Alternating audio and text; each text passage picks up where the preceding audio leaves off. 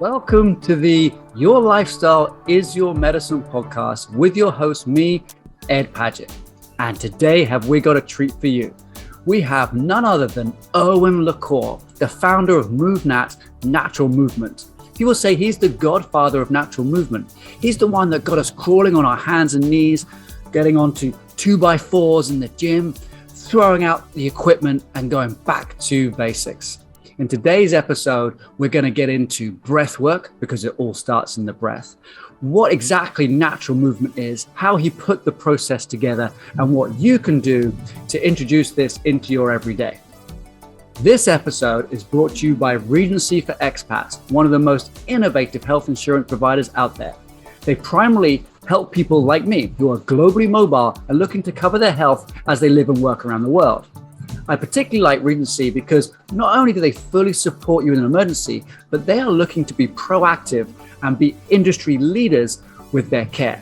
They offer counseling services, nutritional coaching services, fitness consultations, and this is all as part of their regular insurance packages. Now, does your insurance offer you that? For more information, go to regencyforexpats.com to find out more. Okay, with that said, over to the interview. So, Erwan, thank you so much for coming onto the podcast. It's a real privilege to have you here. I haven't spoken to you for a long time, but I'm excited to see what we talk about today. Let's do it. All right. Well, you're known as the founder of MovNat, and in my world, most people know what that is, but so some of my listeners, they might not. So can we start there? Can we just talk about what is MovNat Natural Movement? All right.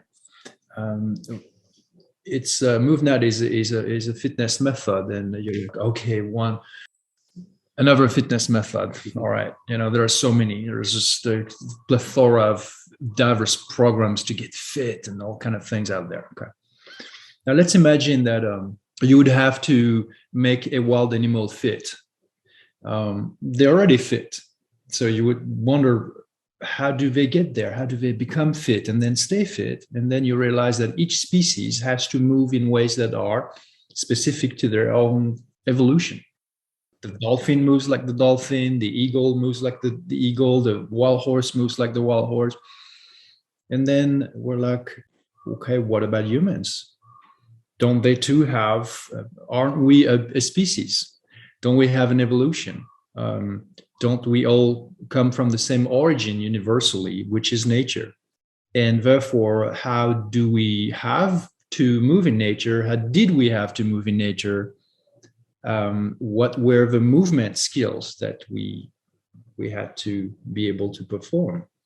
And is that the way that we too could become fit again or stay fit? And that's exactly it. That's what MoveNat is about. Well, this is actually natural movement of the human species, which is different than the natural movement of the dolphin or the eagle or the wild horse. So natural movement is the way we move as humans. And we can look at kids doing that naturally, instinctively.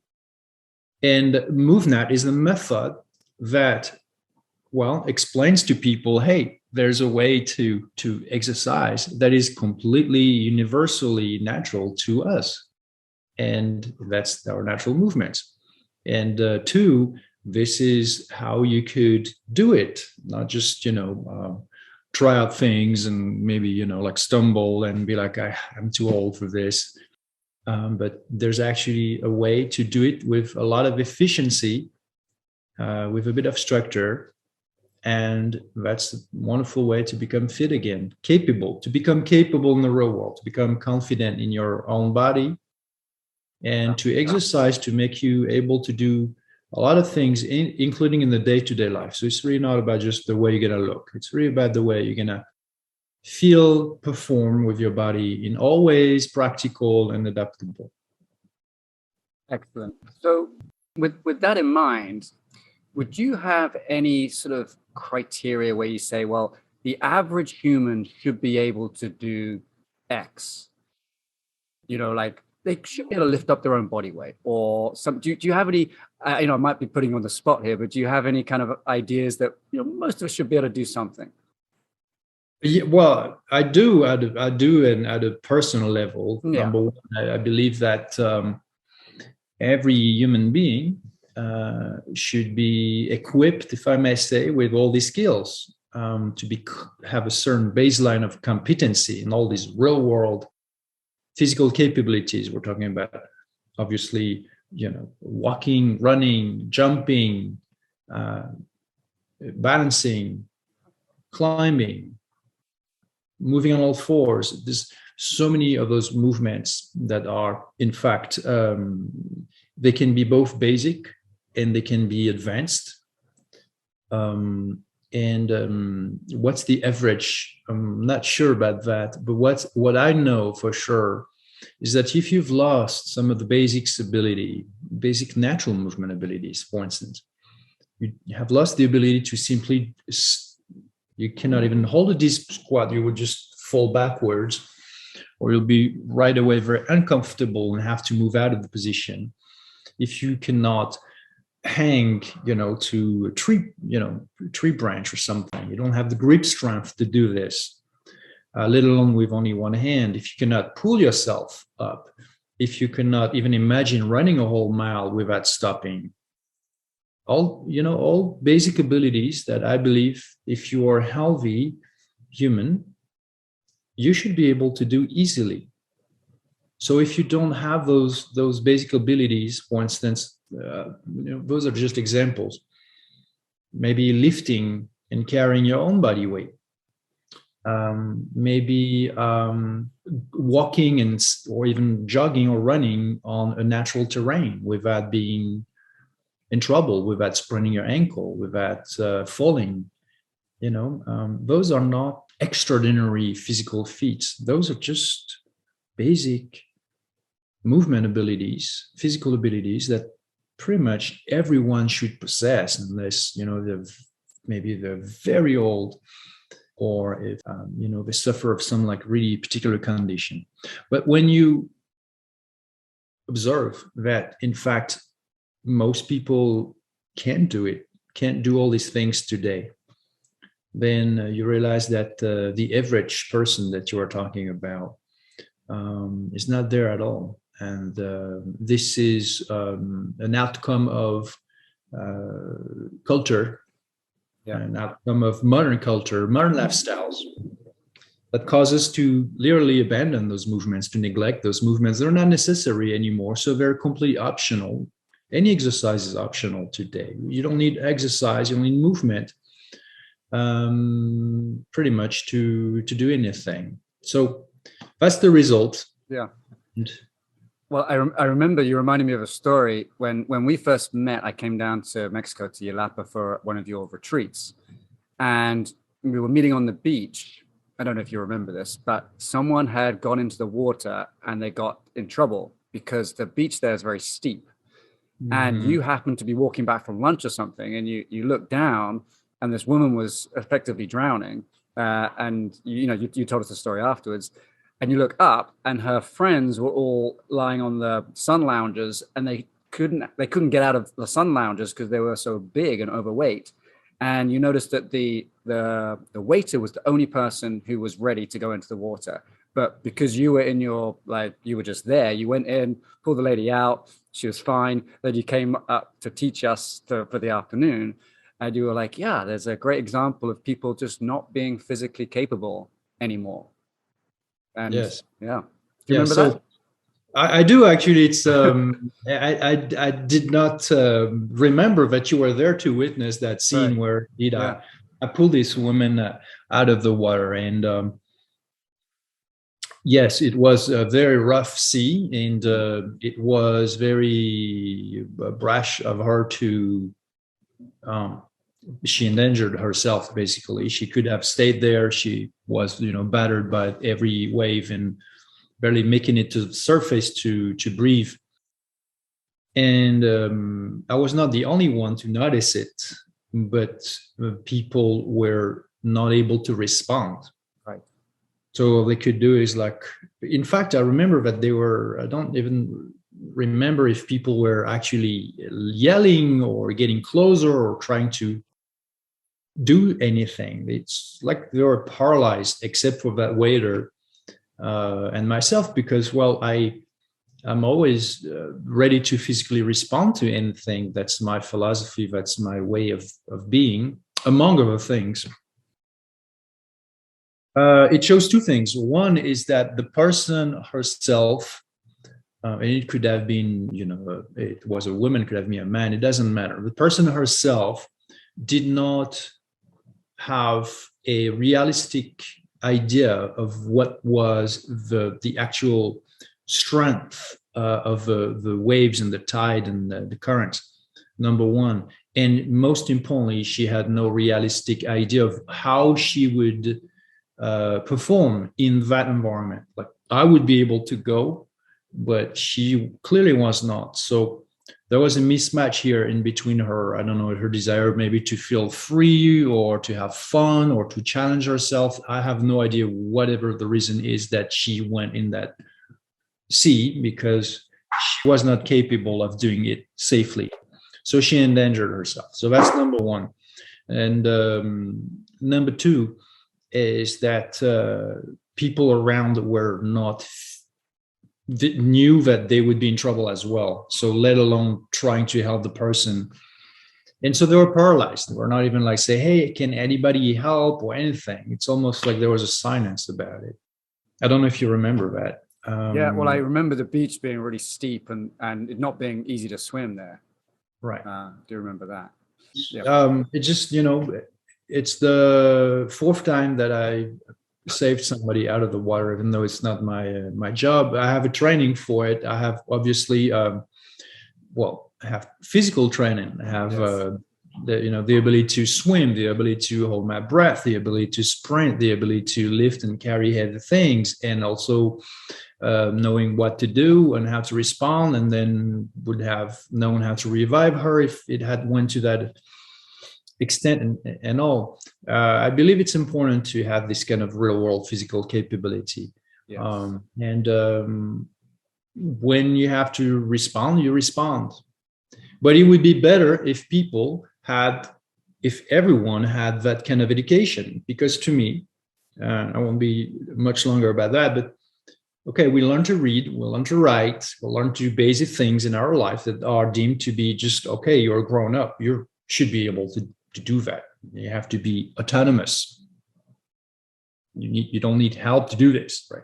Part of your education, not just talking about academics. I'm talking about real life education, real life things you need to be able to do and to know. Well, to be physically capable for the real world, for situations like that, to me, that's part of it. And how do you make it part of it? Well, first off, it has to be part of your perception of the world, perception of how you see yourself. And two, you need training, you need practice, and not just once, you need continuous training.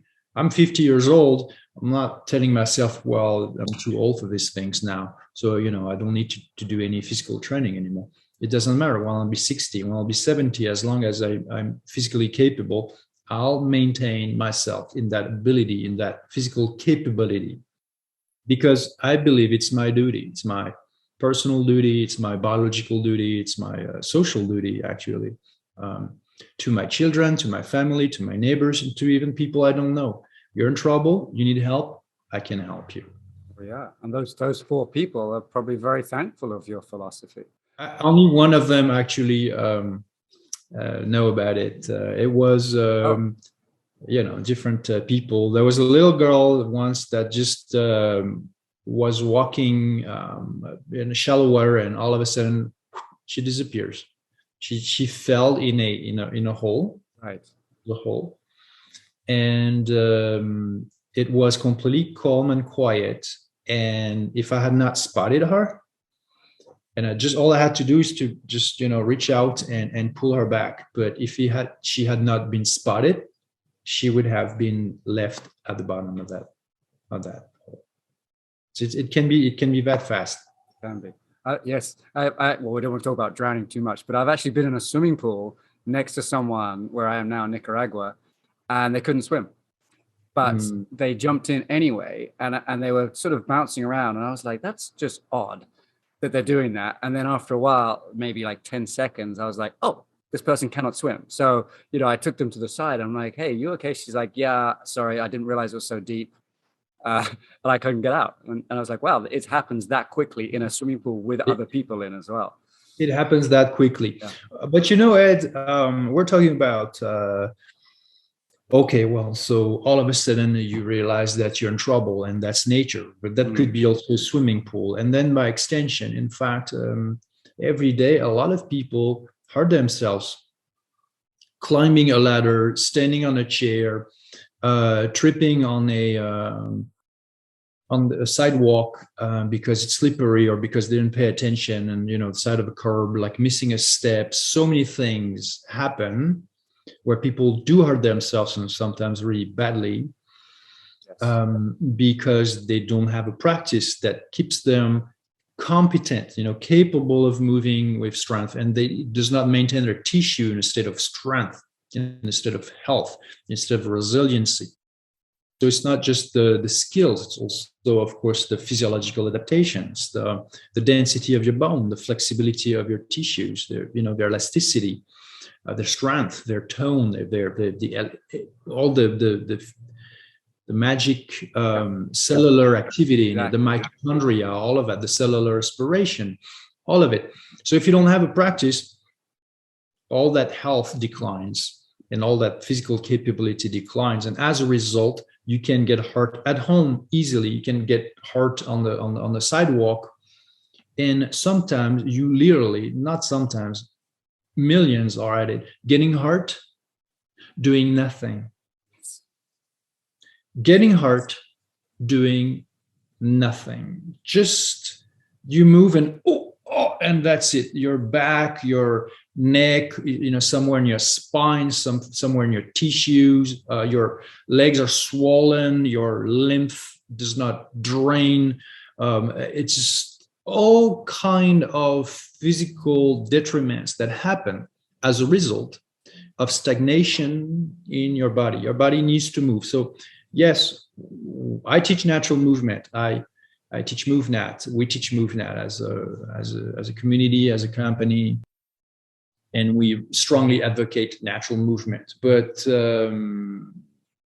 even beyond that, people should be just moving. It doesn't matter if they dance. It doesn't matter if they do play ping pong, do gardening, where they at least get to squat and maybe carry a bucket and do things like that. You can't afford, nobody can, to neglect your biological functions and fundamental needs of your biology and expect to not pay a high price in terms of your health, in the term of the way that you feel on a day-to-day basis, your levels of energy, your well-being, how you feel mentally, all of that, all that lack of movement, anything that you do, or all the things that you don't do that do not maintain your energies, physically, physiologically, biologically, that's a detriment to your quality of life.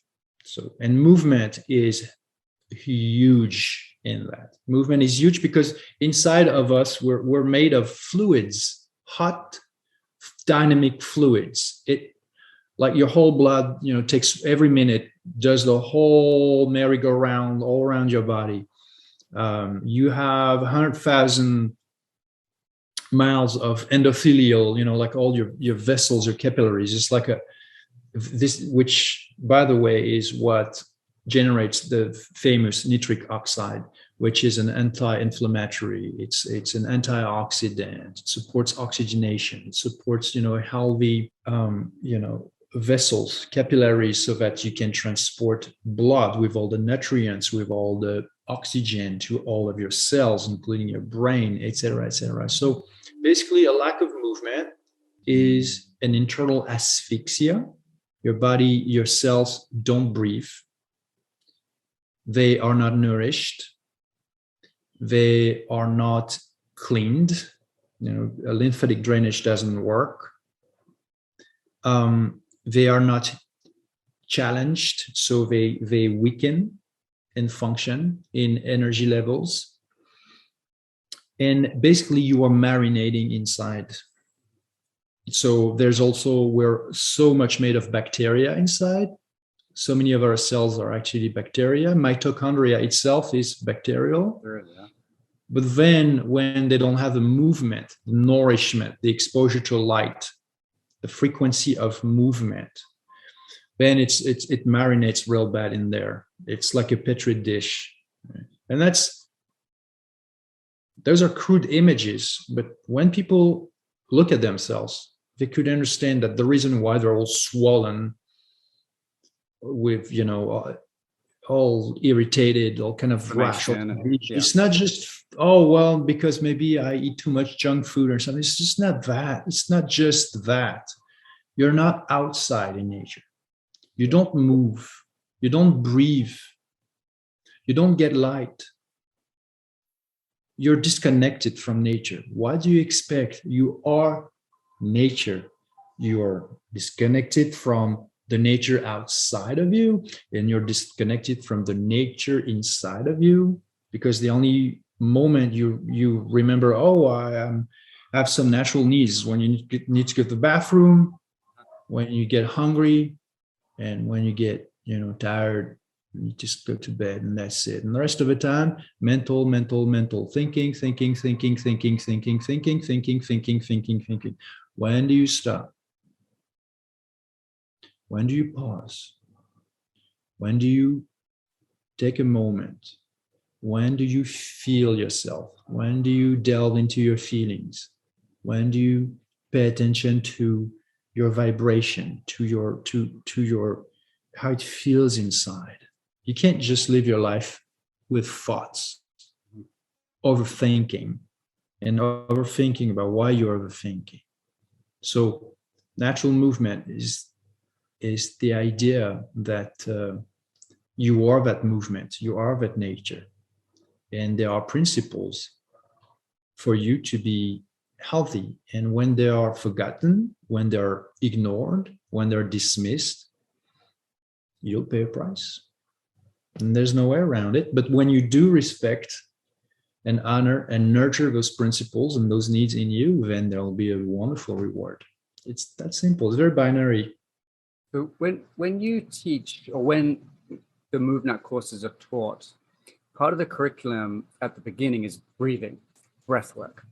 Yes. And what you were talking about earlier is this whole kind of the cleansing of the cells with oxygen and movement and lymph. Is that why we start with breath? Can we talk about that? Why we start with breath? We start with breath because it's a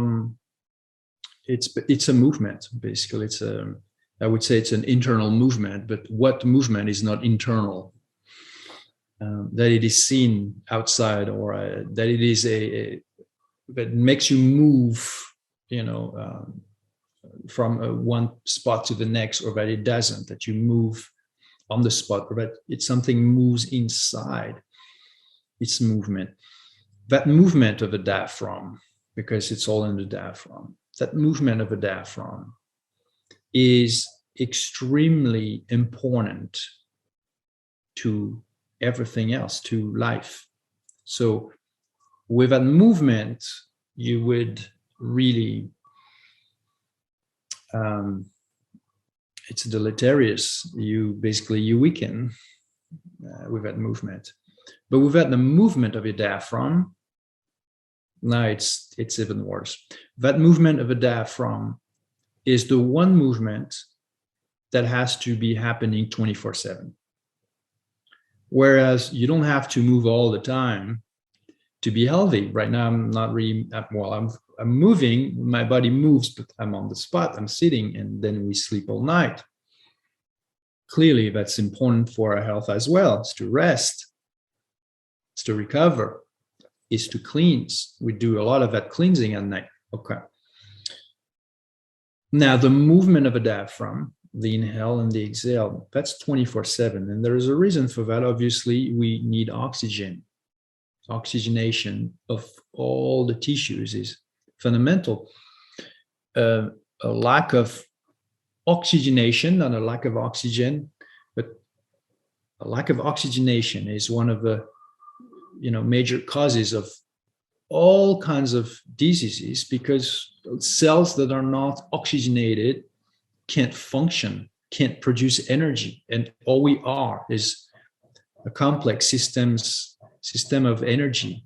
That's all we are biologically. We're an energy system. We need energy, not just food. We do need food, and good food. We need medicines. We need nutrients. We need all kind of nourishment that way. We need the vibration of the earth. We need the vibration of the cosmos. We need to be outside. But we need to breathe. Obviously, if you stop breathing, it will take minutes before you're dead. Now, the diaphragm is a pump, a very powerful pump. The same way the heart is a pump.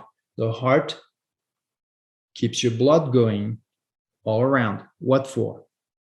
To bring oxygen, then of course to bring nourishment, nutrients, medicines, neurotransmitters, all kind of things. But most importantly, it's about oxygen, constant delivery of oxygen. So that's the heart, but that's the diaphragm. So those are the two pumps that keep the oxygen going.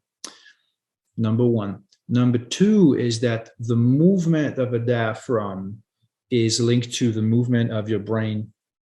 There's a movement of your brain that's important, and the movement of your lymph, because we said we're energy, right? It's all about a processing of energy. That's all we do. To stay alive, we need to constantly process external energy to maintain our internal energy. With that processing leads to illness, and then leads to death. So the processing is a metabolism, and that metabolism, all metabolism creates waste. That waste is taken care of by the lymphatic drainage, and that lymphatic drainage is much more powerful when the movement of a diaphragm is strong and steady. So it helps you. It makes you breathe. It makes you get the oxygen you want. It makes you release the extra oxygen that you don't want. I can talk about that later. And it makes you release the extra CO2 that you don't want. It makes you drain the lymphatic system, which is a result of your metabolism. You have that waste that needs to go. And it also keeps the brain moving, because the brain needs movement as well, even when you don't move, because everything is dynamic. So stillness is seriously an illusion of stillness. Stillness does not really exist for us human beings. We can feel very still, and it's a good thing. We don't want to be constantly agitated or overly agitated. So stillness, the idea of stillness is very good, but at the same time, it's an illusion. We are in a constant vibration, constant flow inside, constant dynamics inside. Okay, so breathing through the diaphragm is supporting great level of health, and breathing through the nose too. So you've been teaching this for years and years, and you started your journey back in France, in Paris, when you were a teenager. But what do you think about the movement now for breath work? It seems to be a very trendy subject. Breath work is something that everyone's interested in, and after what you just talked about, I can see why. But do you think people are getting it right? Are they kind of presenting it in a way that's in line with the natural movement aspect of breath? Pretty much everything that I used to train, and then that I start to teach before the internet, before social media. You mentioned the trainings that I did in France. I had some kind of a mentor back then who was training me. But I was before smartphones, before internet and social media. What did we do? We didn't call it natural movement. There was a lot of natural movement, moving on all fours, running, climbing, balancing, jumping, all of that.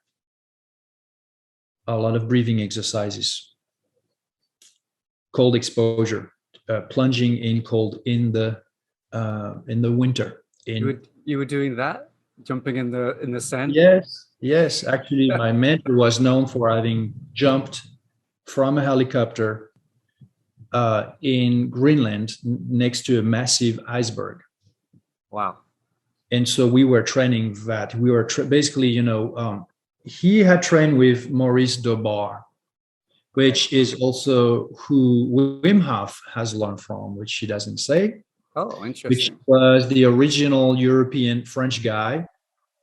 He's much older now. And everything that Wim Hof has done, which is fantastic in the sense of, running in, obviously cold exposure, running in the desert, going barefoot in the snow, things like that. Dobar has done it like 20 years before Wim Hof did, something like that. And basically my training back then, I was 19, 20, 21, 22. Hyperventilation before cold exposure, fasting, barefoot training, you name it. So everything that now has become a niche.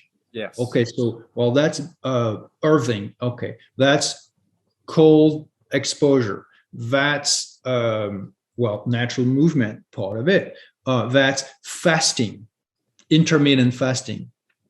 Well, yeah, hopefully it's intermittent, because I hope you don't keep fasting the whole time, all the way to the end. Yeah. So just say fasting. It's just all you have to say is fasting, prolonged fasting if you'd like, but fasting, we don't know. It's just, just like intermittent. Do you say intermittent eating? No, because obviously you don't eat 24/7. You also don't fast 24/7. You don't say intermittent sleeping or intermittent wake time, or intermittent movement or intermittent resting, because obviously all things are intermittent by nature. So anyways, the point is, it was a whole lifestyle. And I started, 19, eating organic, not watching TV, no TV, all kind of things. But back then there was no social media, not even internet, to take photos and videos of oneself and share and be like, we're doing this, we're doing that, follow us, we're going to give you tips. And that did not exist. There was no branding about it. There was not a niche about every little thing. It was a whole approach, and it was completely confidential. There was no potential or possible exposure. So yeah, that's my background. I've decided to focus mostly on the teaching of movement, of efficiency of movement, all the techniques that you can do to move naturally in more efficient ways. Why? Well, because most people need to learn how to just move properly and not clumsily or randomly, especially after years or decades of just doing nothing or not moving at all. But natural movement is also, in fact, a complete lifestyle. And breathing is obviously part of it. I taught people how to breathe through the diaphragm, through the nose, breathing slowly, doing a bit of hyperventilation too, but mostly as a way to learn to control the diaphragm, tension, relaxation. So what do I think about breath work? Well, it depends. What breath work are we talking about? Are you talking about pranayama? Are we talking about holotropic? Are we talking about Buteyko? Are we talking about the single Wim Hof exercise? Because there's only one exercise. What is breath work? Why do we need to have another item on our healthy to-do list? My opinion is that if you just learn the basic of breathing, which is breathe through the nose, breathe through the diaphragm, and breathe slowly, and then you implement that in movement, this is doing much more than just sitting and doing some hyperventilation with an upper mouth and this kind of thing, or alternate nostril, this kind of thing, okay? I'm not saying it's not beneficial. I'm not saying that it cannot help you reduce stress and anxiety, find center and all that. This is good for the nervous system. But you can have the exact same benefits in terms of stress reduction, and anxiety reduction, and certainty by just moving naturally, by having actually a healthy expression of your body, especially if it's outside. So in terms of the regulation of the nervous system, you may not need actually stillness to regulate your nervous system quite effectively. You can just be moving in a way that is not boring, that's not a chore, that's not mechanical, in a way that's natural movement, where you are in the moment of paying attention to where you step and where you place your hands, etc. You can do that. If you've learned to breathe through the nose and diaphragmatically as you move, then it's very powerful. And that's why we teach movement. Breathing first. Then you move and you breathe, obviously, but you know how to breathe. Then what is exactly the, physiologically speaking, not just the nervous system, down regulation, being centered, quieting the mind, all of it.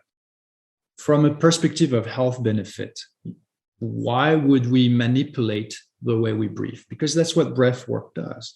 Breath work is about manipulating your ventilation, changing the way you ventilate, faster, slower, box breathing, hold your breath a bit. That's cool. Or breathe through one nostril, then breathe through the end of the nostril. That's good. But what is it that we're trying to achieve? Is it that we just want more work? Why do we want more work? And what are we trying to achieve? So, regulation or down regulation of the nervous system. Breath work can do that, but so can natural movement. Then you have cellular respiration. So what is cellular respiration? Well, it's cells being oxygenated properly so that they can thrive. What does that? Breathing. But what does that also? Movement.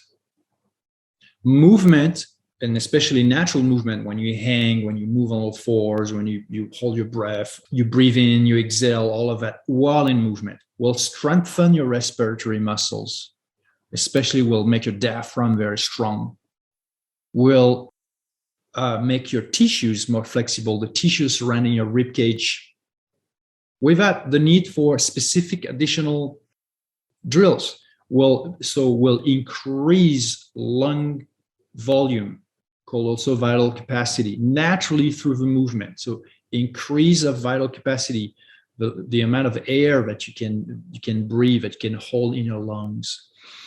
That's also a predictor of longevity. The strength and the power of your respiratory muscles. Okay. What else? The elasticity of your capillaries, their good health of the endothelial system, the vagus nerve, everything that's basically all natural functions in the human body are benefiting from natural movement, including everything that has to do with ventilation and the breathing inside, which is cellular respiration. So when you just sit and do some hyperventilation, for instance, you have to wonder, why is it that I'm altering my otherwise normal ventilation to create hyperventilation? What does it do? What is the benefit of it? Or slow breathing, what does it do? Okay, for instance, good for CO2 tolerance. If you increase your CO2 tolerance, you will be able to retain more CO2 in your body, which will be better for overall oxygenation. And also you'll be able to breathe slower on a day-to-day basis. And if you breathe slower, it keeps your nervous system shifted towards the resting mode. Okay. So, which is the parasympathetic mode. So excellent. But you'll have that by much more benefit to your cellular respiration if you move your body. Most of what breathwork does is done with natural movement, but in my opinion, more potently, more effectively, more deeply. So learning to breathe slow, learning CO2 tolerance, developing respiratory strength of your respiratory muscles, increasing lung capacity, and basically having a better cellular respiration, including also exposure to sunlight. Vitamin D also helps with cellular respiration, mitochondria, production of energy, etc. By all means, move naturally. Don't just sit and do some breathing where you don't know exactly what it does to your cellular respiration. Brilliant. And something that I've noticed when I'm teaching MoveNat is that you can have someone who's, let's say, a Wim Hof practitioner or any one of those other breathing methodologies. But when you, as in the MoveNat method you taught us, is that you increase a risk, but don't necessarily increase danger. And for our listeners, what I mean by that is you can balance on a balance beam that's on the ground. The risk of you falling off is the same as if that balance beam is 3 foot above the ground, but the danger is less. And a person can breathe very well when they're balancing on the balance beam on the ground. But when you lift it up 3 foot or something, they stop breathing. And I think that's a, an observation that I've made, but you're getting at that, is that you can practice away from movement, but if you don't practice with movement, what's the point? Exactly, but it's a one-on-one, MoveNat textbook, which has always been this. And every time since first workshop even before West Virginia, where I moved to the US in 2009. But in those first workshops, I taught breathing separately. First thing, breathing, and then always told students and our certified teachers, learn to observe exactly the same, which is it doesn't matter if you have breathing control when you sit and you pay attention to your breathing. If your breathing pattern is completely out of whack the moment you start moving in a way that are more adaptable and more diverse, you need to maintain the same level of breathing control as you move. And if you can do that, not only obviously it benefits whatever physical practice that you do, but clearly demonstrate that when you have breathing control as you move, and movement that is non-cyclical, it's really diverse. You have to stop, you have to accelerate, decelerate, change position, all things that we do in natural movement. It's very likely then, if you can do that without thinking, without having to pay attention to your breathing, which will happen at some point, you do have breathing control. It is reflexive. It is your true, deeply ingrained breathing pattern. You have breath control. If you can only have nasal, diaphragmatic, slow breathing when you pay attention to it, well, that's beginner stage. That's beginner stage. And if the rest of the day, you find yourself breathing through the mouth, breathing faster, breathing shallow, mostly, using upper respiratory muscles when you don't need them because there's no need for them when you're mostly at rest, then what do you learn? What do you learn with breath work? It has to become something. You're not meant to repeat the same exercises for the rest of your life, because what's going to be even 20 minutes breath work, even if it's 3 times a week, even if it's 15 minutes every day, if the rest of the time, the bulk of your physical behavior is to breathe suboptimally, inefficiently. The point of the practice is not to fix something that's otherwise bad, is to teach you to do it good all the time without thought. Second nature. It's like reflexive. It's automatic. You want to get there. So if your breath work, whatever your breath work is, if it does not take you there to a real change of your breathing pattern on a day-to-day life, it's not achieving what it's meant to achieve. So learning to breathing control while you move, now that's very strong, very potent. It will really teach you how to breathe, how to pay attention, and it will give you much more benefits than just doing breathing exercise on the spot. You're not going to really increase respiratory strength and lung volume by just doing exercises on the spot without actual movement, natural movement. When you're gonna hang, when you're gonna stretch your tissues, when you're gonna move faster, you're gonna start to hyperventilate naturally, because hyperventilation is good when it's happening naturally, a natural response of your body that's exerting itself. When you do hyperventilation for no physiological reason, just your intention, okay, I'm going to hyperventilate. The nervous system is like, what's going on? Why am I doing this? Why am I getting all agitated, as if prepping for some danger, from some threat around me? You really want to understand what is it that you're doing to your nervous system and to your cellular respiration every single time that you manipulate your ventilation, the biomechanics, the rhythm of the way you breathe. If you know what you're doing and it's beneficial to you and it's changing something long term, that's great. If you don't know the way it's actually doing anything to your body, to your nervous system, or to your cellular respiration, you're just doing some work, breath work, but you have no idea what you're doing exactly. So I think there's still a lot of education to do in that regard of breathing. I teach breath holding, which is literally the next level. In fact, maybe we'll get there, but I want to go back just a little bit. There's lots of resources that you've got. I mean, you've written that beautiful book, The Practice of Natural Movement. We've got the YouTube videos that you've got for free. We've got MovNat and the MoveNat courses. But if someone's listening to this and they're saying, yeah, I like what Erwan's saying, this natural movement principles make sense to me, where would you recommend they start? I mean, obviously, we've talked about breathing as the very basic, but what else could someone do to start this natural movement journey? Well, okay, so you could first pay attention to what is it that you do in a day, in the sense of course, everybody's busy and have to be busy. But in terms of your physical behavior, what does your body do in a day? The moment you wake up to the moment you go to bed.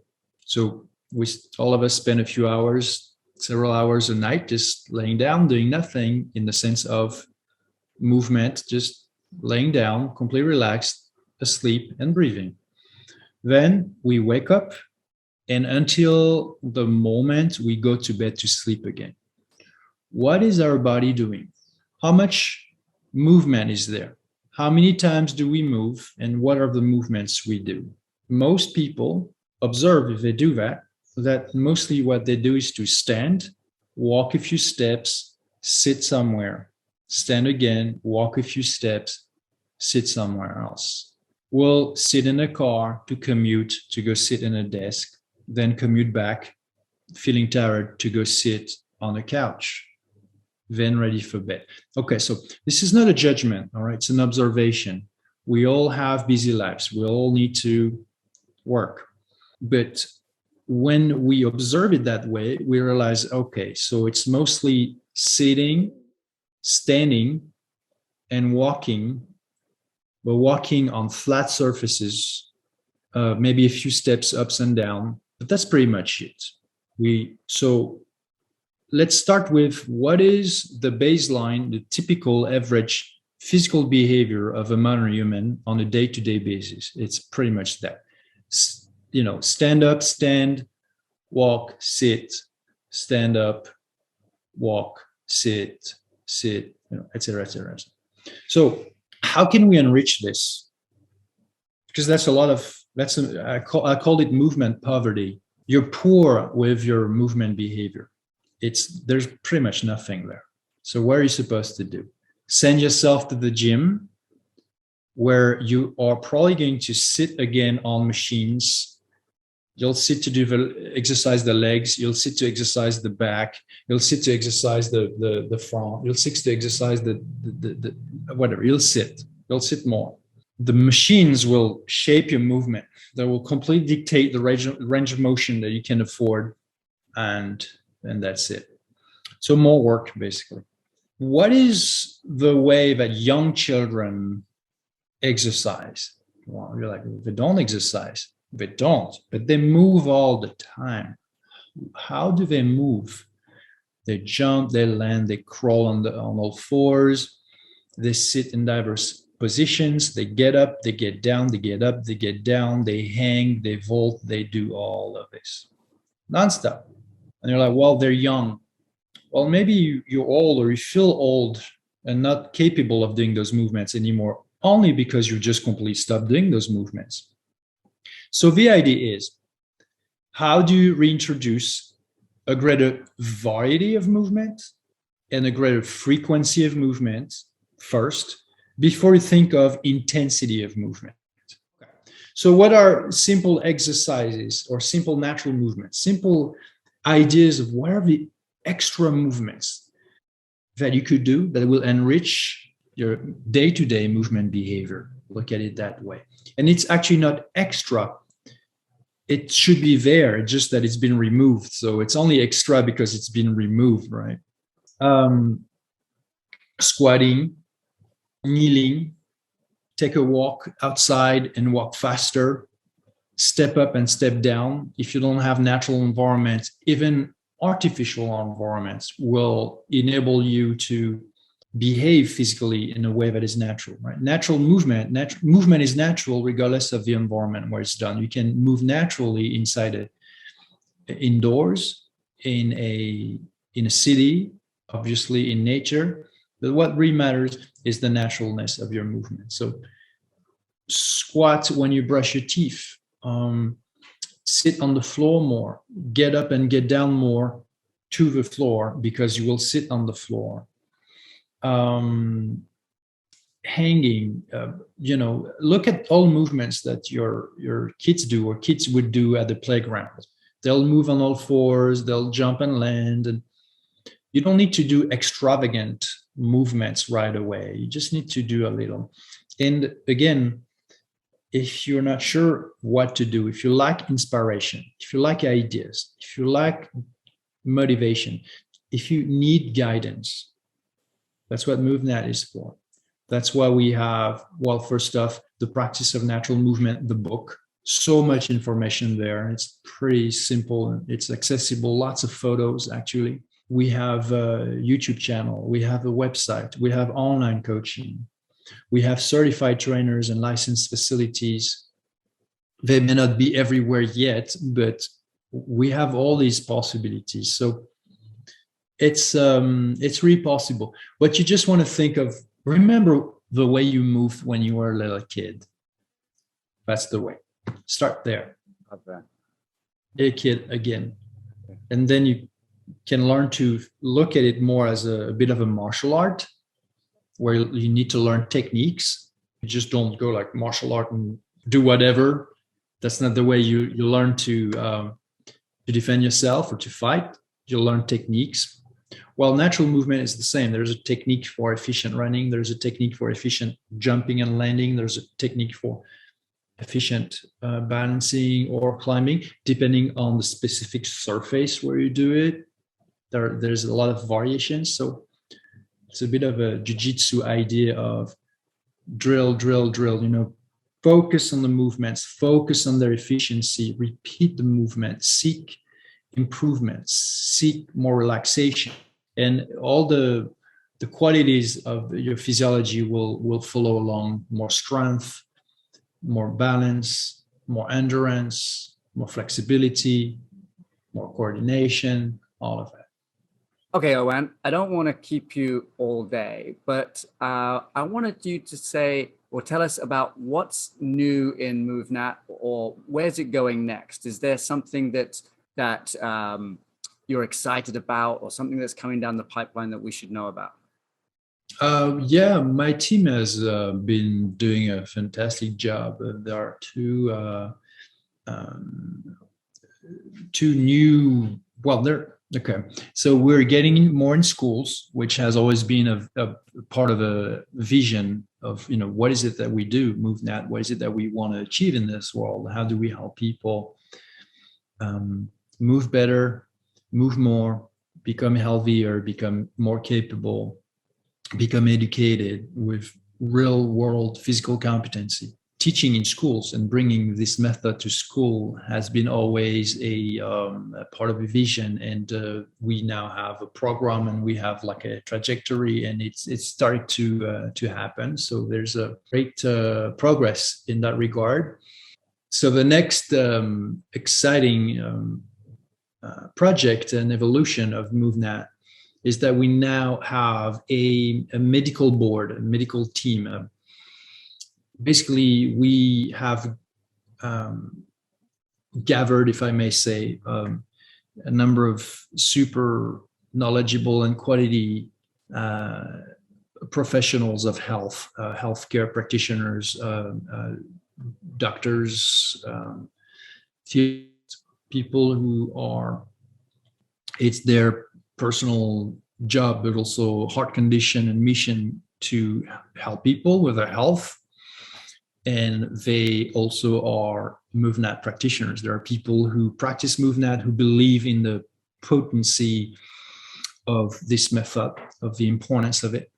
And basically, they are looking at specific ways to use natural movements in relation or in combination with specific therapies to even better help people. So to create the super potent combo of not just providing people with a treatment or with rehab drills that they have to do, but also with the education, the movement behavior that is natural, that they're meant to do, that they have to do to support the specific therapy to be even more healing, even more efficient. But not only that, not just for the treatments to be more efficient, but for them to be lasting. Because that's the one thing, is that somebody has a problem, go see a therapist. Okay, maybe you need a chiropractor, maybe you need a physiotherapist, maybe you need another type of therapist for your particular ailment. But then you will come back. You will have to come back because your issues will come back. Why? Because the cause of the issues has not been addressed. You only found a temporary relief, which is great.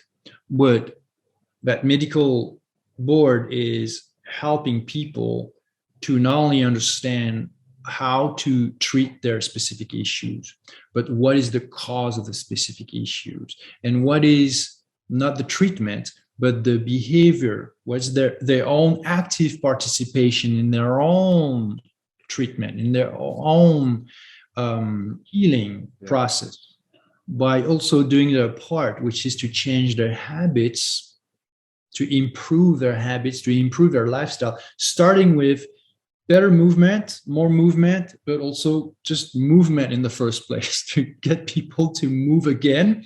But instead of telling them, go to the gym, you'll find machines that will just really dictate the movement you need to do, that's not going to help people.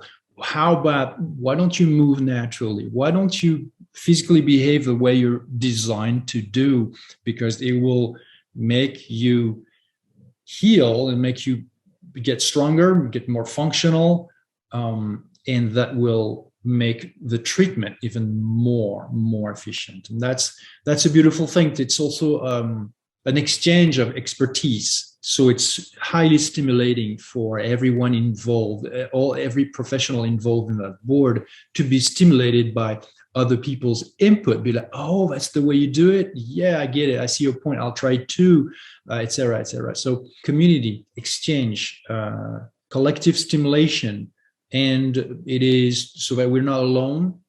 And again, people who are in the mission of helping others that way, in the sense of therapy. There are people who have educated themselves a lot out of their heart condition to help others. And now I think that with natural movement and MoveNat, they're like, we have an extra tool here, which is we can provide people education, not just to have them do the drills without understanding why is it that they're doing it, but having them consciously understand, and even the nervous system to really understand why is it that that movement, that physical behavior, that set of drills is necessary, is helping, is healing.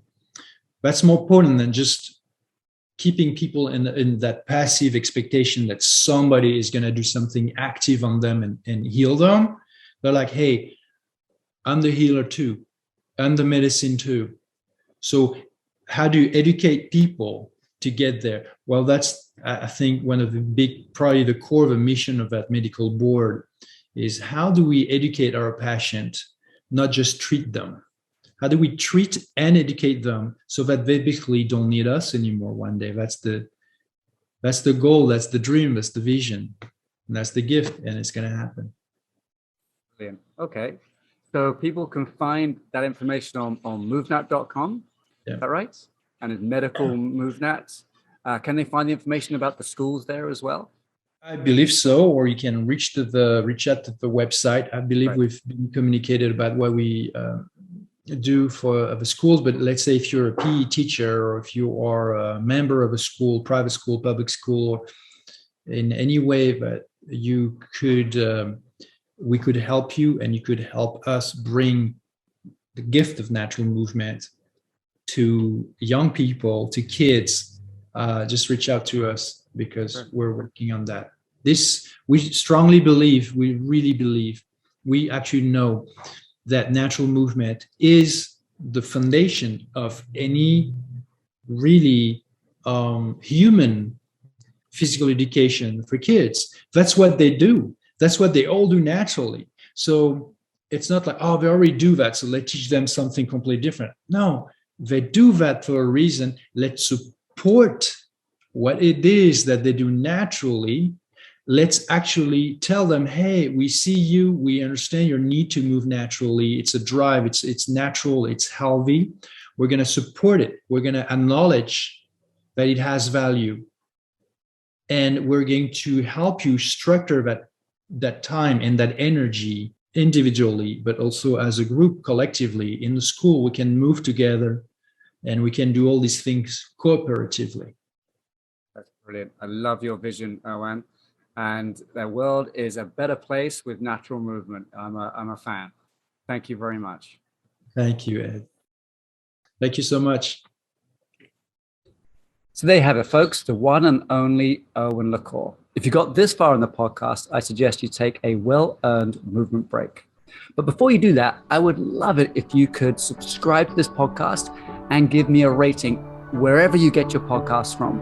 The more ratings I get, the more likes I get, the more podcasts I can make. Thank you very much, and I'll see you in the next one.